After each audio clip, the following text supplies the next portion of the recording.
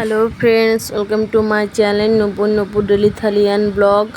আজ আমি বানাচ্ছি সরপুঁটি দিয়ে মানকচু দিয়ে ঝোল। তো আমি তার জন্য কড়াই বসিয়ে দিয়েছি। কড়াই তেল দিয়ে গরম হয়ে গেছে, মাছগুলো আমি দিয়ে দিয়েছি। এদিকে প্রেসার কুকারে আমি মানকচু কেটে নিয়ে সেদ্ধ চাপিয়ে দিয়েছি যাতে তাড়াতাড়ি হয়ে যায় আর মানকচুটা বেশ ভালোভাবে সেদ্ধ হয়ে যায়। দেখো ভালোভাবে সেদ্ধ হয়ে গেছে। আর এদিকে আমি পুঁটি মাছগুলো ভেজে নামিয়েও নিয়েছি। আর মানকচু দিয়ে ঝোল করতে বেশি মশলা লাগবে না, খুব হালকা এই গরমে পাতলাভাবে ঝোল করলে ভালো লাগে। তো আমি কাঁচা লঙ্কা চিড়ে আর গোটা জিরে সম্বারে দিয়ে দিয়েছি। আর পরিমাণ মতো লবণ আর হলুদ দিয়ে মশলাটা ভালোভাবে কষিয়ে নেব। আর এই তো মানকচু ঝোলটা একটু পাতলা পাতলা ভালো লাগে। আর এদিকে আমি কচুটা দিয়ে দিলাম দেখো মশলার মধ্যে।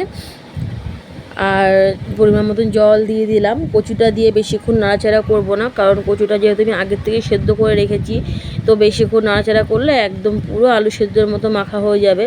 তো এদিকে আমি পরিমাণ মতন জল দিয়ে মাছগুলো দিয়ে একটু সামান্য ফুটতে দেবো। 4 থেকে 5 মিনিট মতো ফোটালেই হয়ে যাবে মানকচুর ঝোল।